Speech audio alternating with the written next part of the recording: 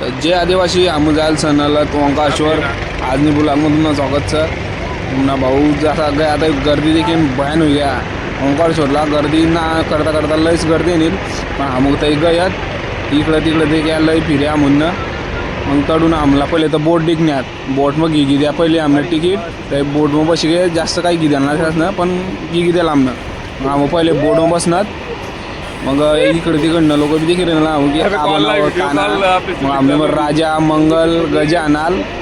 आणि तो एक शिंगरू आणाल शिंगरू म्हणजे समजा ना मग आम्ही ते थोडंसं बसणार थोडंसं म्हणे इकडे तिकडं व्हिडिओ फिरवणार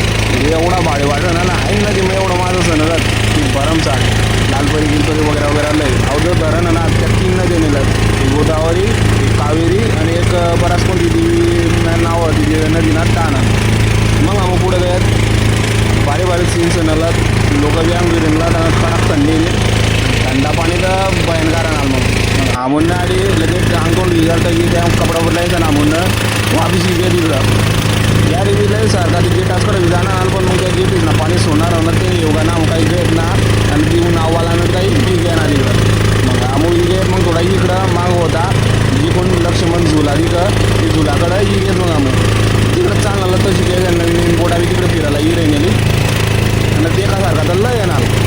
पण आमून सोचे की आम्हाला पुढं बी जाणार तर महादेवना दर्शन बी घेणार